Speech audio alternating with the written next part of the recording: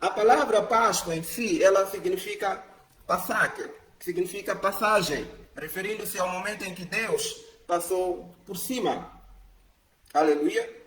Então, vou dar um resumo só para podermos entender que dentro da tradição judaica dos israelitas, a Páscoa ela é celebrada com certos ingredientes. Com o pão sem fermento. Aleluia. O pão sem fermento, ele simboliza o quê? A pureza e a humildade. A palavra de Deus diz que a Páscoa ela não poderia ser celebrado com fermento. O pão comido, ele deveria ser celebrado sem fermento, mostrando aqui que o nosso coração deve estar limpo diante de Deus. Que o nosso coração deve ser um coração humilde diante de Deus. De que o nosso coração deve estar sem mágoas contra o próximo. O nosso coração não deve carregar intriga contra o próximo. O nosso coração deve estar vazio e limpo para que Deus possa habitar em nós e possa viver e que não haja nenhum impedimento. Então, nesta Páscoa, que possamos celebrar a Páscoa sem nenhuma mágoa, sem nenhuma inquietação, sem a falta de perdão com o próximo. Celebremos a Páscoa sem o fermento dentro do nosso coração, mas com corações limpos, com honestidade, com sinceridade e verdade. E o segundo item que encontramos na mesa é o próprio Cordeiro Pascual, que era sacrificado e o seu sangue era colocado nos umbrais, nas portas. Qual era a função? Que era de proteger os israelitas da morte da última praga no Egito. Aleluia! Este sangue, este cordeiro, fala da substituição que o Senhor Jesus Cristo veio fazer. Num momento em que nós é que deveríamos pagar o preço, desde que Adão e Eva pecaram. No momento em que nós, toda a humanidade, deveria pagar o preço. Deus enviou o seu Filho amado para que todo aquele que nele crê não pereça, mas que tenha vida eterna. Então Deus enviou o seu Cordeiro para morrer no nosso lugar, para nos substituir. A palavra de Deus diz que naquela noite no Egito, Deus haveria de passar. Um anjo da morte haveria de passar. E pela sentença dos céus, todo primogênito estava sujeito a morrer. Inclusive, os primogênitos dos israelitas também estava decretado a eles a morte. Mas a palavra de Deus diz que Deus instruiu a Moisés para matar um cordeiro e aspergir o seu sangue na porta. Então, Deus entregou o cordeiro como uma substituição. No lugar onde os primogênitos dos filhos dos israelitas haveriam de morrer, Deus preparou um cordeiro para morrer no lugar dos seus filhos. Então fala da substituição, que Cristo substituiu o nosso lugar. Se não fosse Cristo, o que seria de nós? Aonde você estaria? Se não fosse o seu sacrifício, aonde nós estaríamos?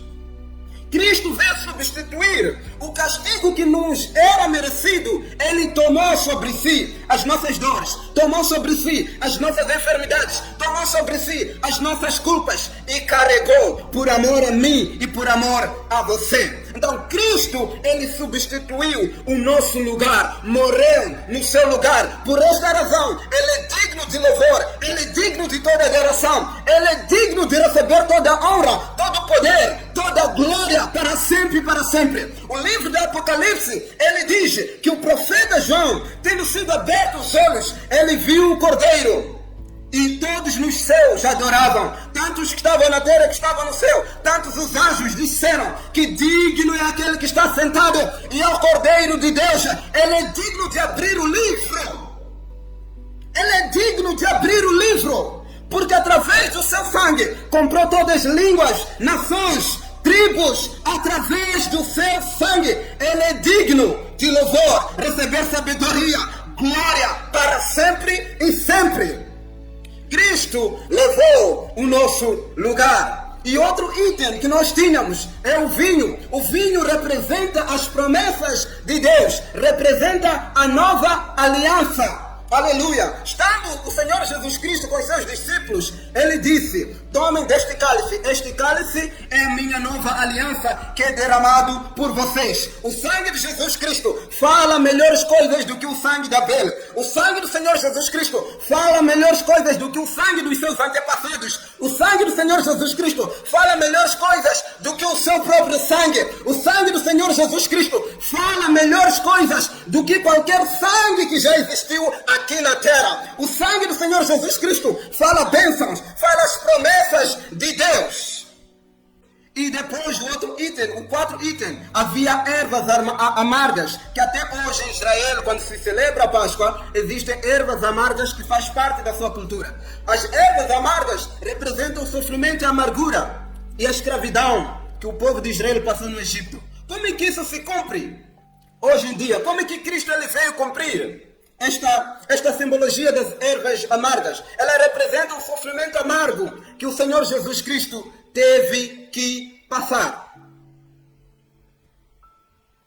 As ervas amargas representam a caminhada para o Golgota, a caminhada para a glória.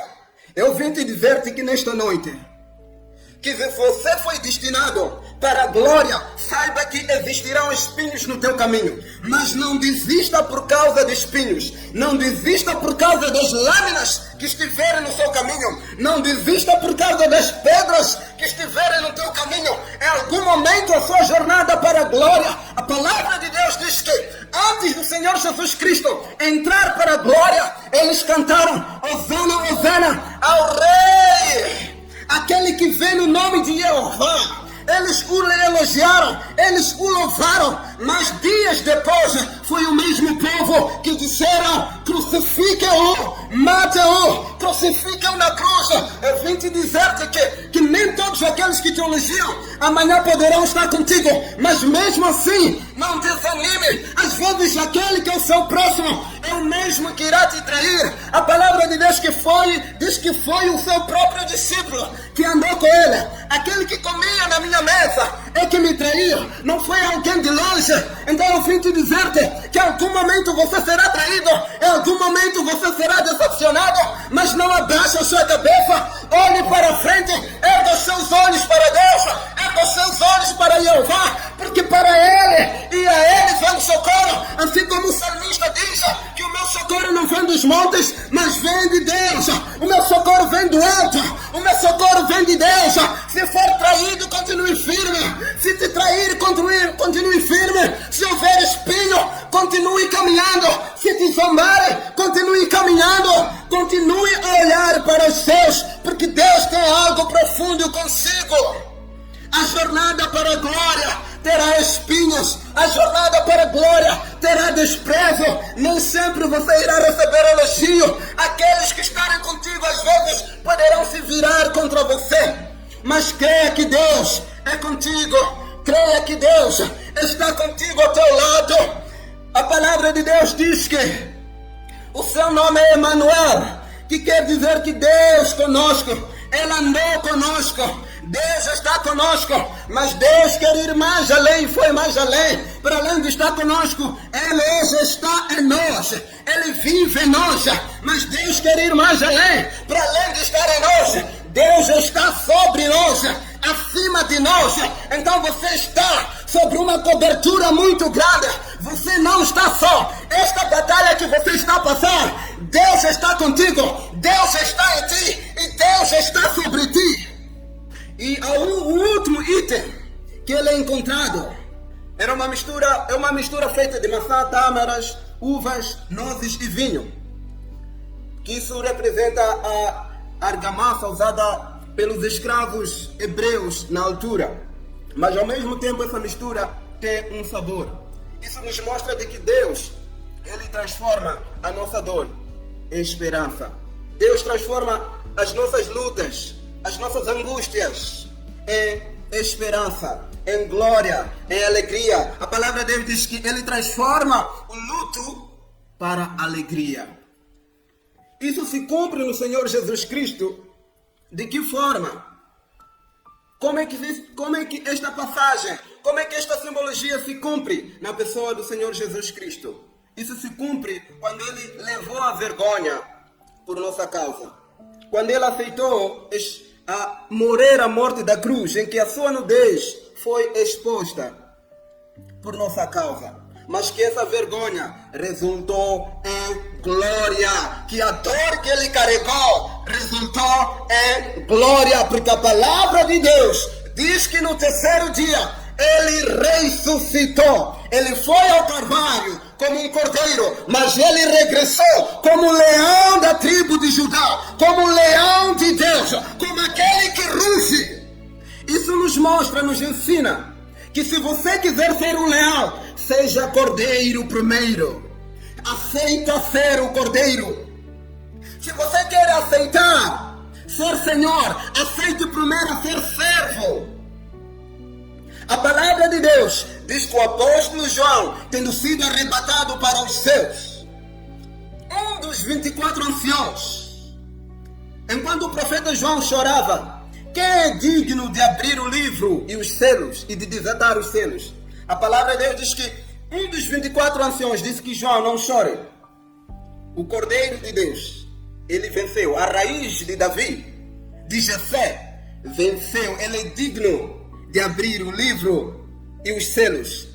O ancião diz para ele: olhe o leão da tribo de Judá. Mas a palavra de Deus diz que, olhando João, ele viu o Cordeiro de Deus. Era suposto que João visse o leão da tribo de Judá, porque o ancião estava a lhe indicar o leão de Judá. Mas virando-se João, ele viu o Cordeiro de Deus como aquele que havia sido morto e o seu sangue escorria, nos mostrando que o mesmo Cordeiro é o mesmo leão da tribo de Judá.